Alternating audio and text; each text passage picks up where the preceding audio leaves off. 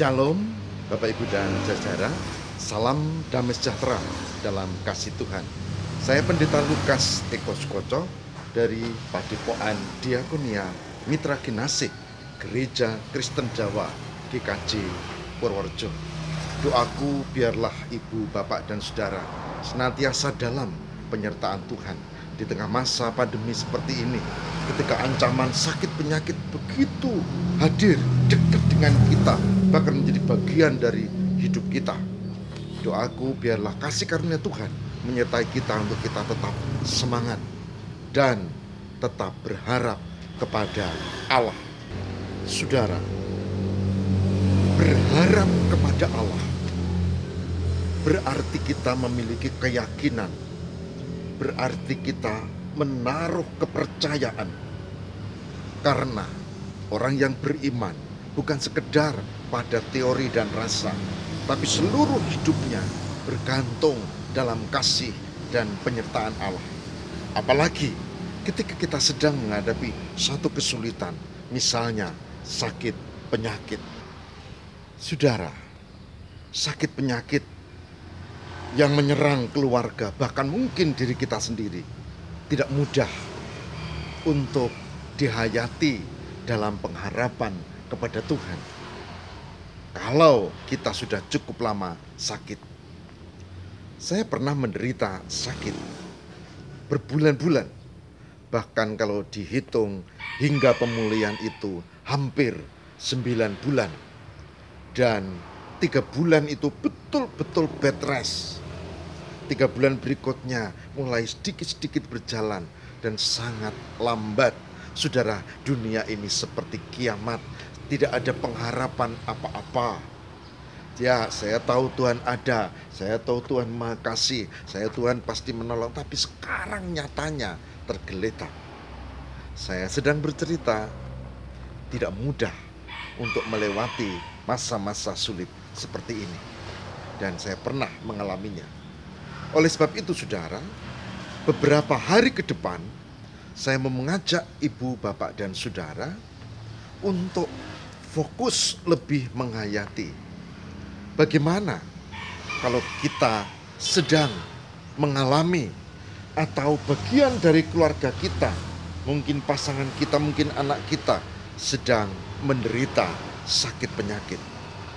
Bagaimana kita harus menghadapi sebagai orang beriman? Saudaraku yang terkasih di dalam Tuhan, tentu saya tidak bermaksud untuk menggurui atau ya sekedar mengkhotbahi, tidak. Saya justru akan sharing. Karena apa?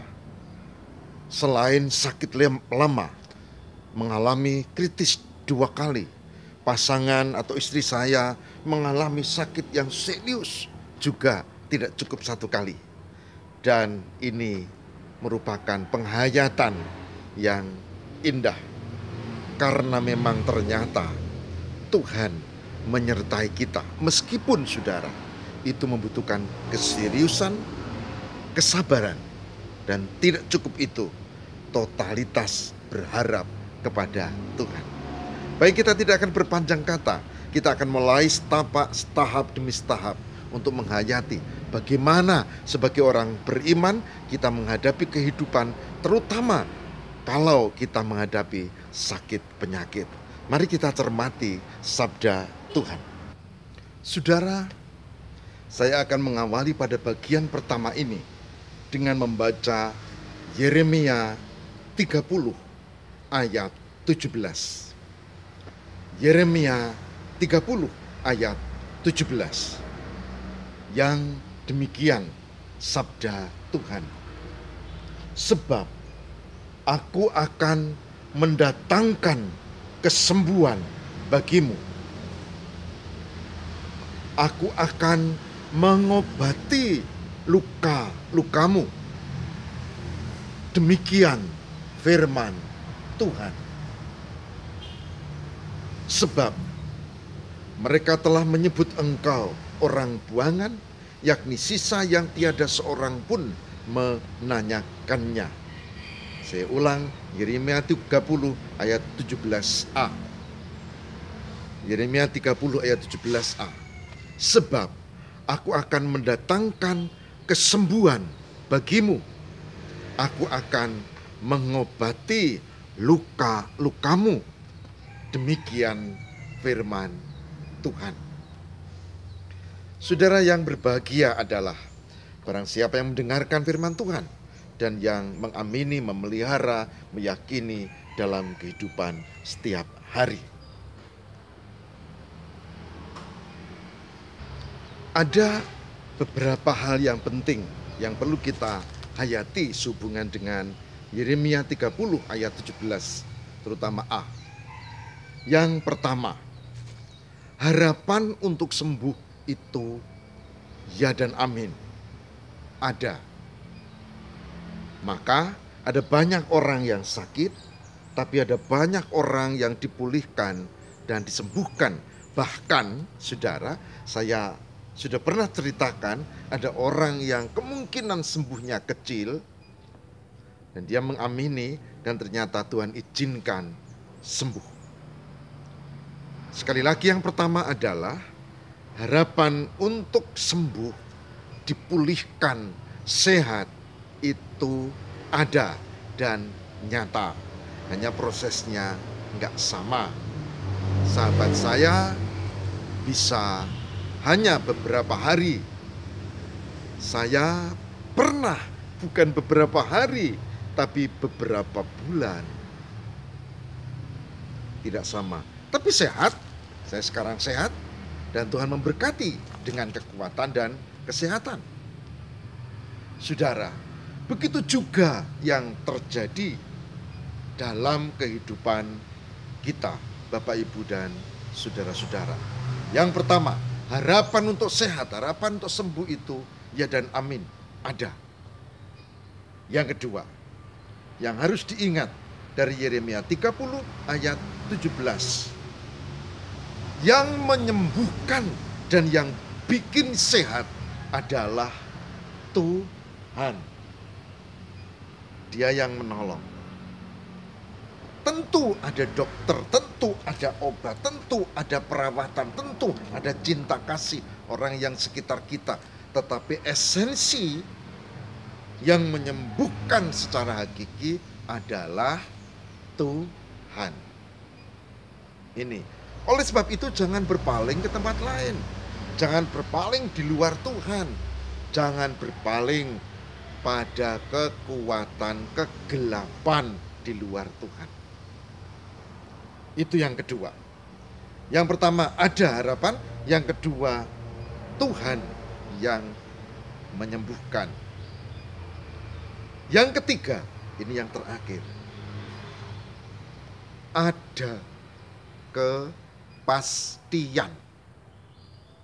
Ada kepastian. Aku akan mendatangkan kesembuhan bagimu. Aku akan mengobati luka-lukamu. Demikianlah firman Tuhan. Ada kepastian. Karena firman Tuhan itu ya dan amin. Dan pasti terjadi. Oleh sebab itu, Bapak, Ibu, Saudara, sahabat-sahabatku dimanapun berada, yang mungkin sekarang sedang menderita sakit penyakit, atau setidak-tidaknya ada orang di sekitar kita yang sedang menderita sakit atau kurang enak badan. Mari sebagai hambanya berdasarkan ayat yang tadi kita baca, Yeremia 30 ayat 17, saya mengajak, tetaplah berpengharapan di dalam Tuhan. Tetaplah yakin pada Tuhan. Dan tetaplah lakukan upaya-upaya seturut dengan kehendak Tuhan. Ini bagian yang penting untuk kita hayati. Dan saya percaya, saudara, kesembuhan itu akan menjadi milik saudara, milik saya, dan milik kita di dalam Tuhan. Saudaraku yang terkasih di dalam Tuhan, dengan ayat ini saya berharap menjadikan kekuatan dan penghiburan kita, terutama ketika Bapak Ibu Saudara sedang kurang enak badan atau sakit. Bahkan ada bagian dari keluarga kita yang sedang sakit. Bahkan sekarang yang disebut COVID-19, Corona, itu menjadi sesuatu yang mengganggu bahkan menakutkan. Semoga Tuhan tetap menjadi sumber pengharapan kita. Marilah saudara-saudara, kita meyakini hal ini dan selamat untuk bergumul dalam kehidupan, terutama yang sedang menghadapi sakit penyakit, tapi secara umum kita yang sedang menghadapi ancaman atau pandemi COVID-19 atau Corona.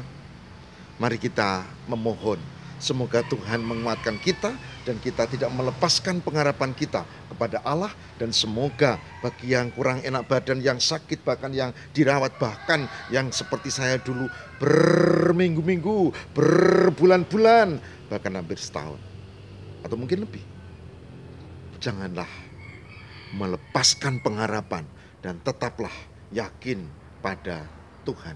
Mari kita berdoa. Tuhan, berkatilah supaya kami memiliki kesadaran bahwa sakit adalah biasa, harapan sembuh adalah kepastian. Bahwa Tuhan sumber kekuatan dan penyembuhan. Bahwa janji Tuhan untuk menyembuhkan, mengangkat sakit penyakit yang kami alami adalah ya dan amin. Bapa di surga, beri kemampuan kami untuk mengimani, berproses di tengah sakit penyakit, dan tetap berharap kepadamu ya Allah. Sehingga tidak hanya pengobatan, tidak hanya disiplin dalam perawatan, cinta, tapi lebih dari itu juga biarlah kami menaruh harap kami kepada Tuhan, dan harapan itu tidak sia-sia. Tolonglah kami ya Allah, terutama korban yang terpapar virus COVID-19, Corona. Berkatilah para medis, bahkan juga segenap anggota masyarakat, bagian dari keluarga kami. Tolonglah ya Allah, berkati pemerintah kami untuk mengambil kebijakan yang tepat. Berkati para ilmuwan untuk menemukan vaksin atau obat bagi sakit ini. Terima kasih Tuhan. Kami memohon kekuatan dan berkat-Mu demi Kristus pengantara kami. Haleluya. Amin.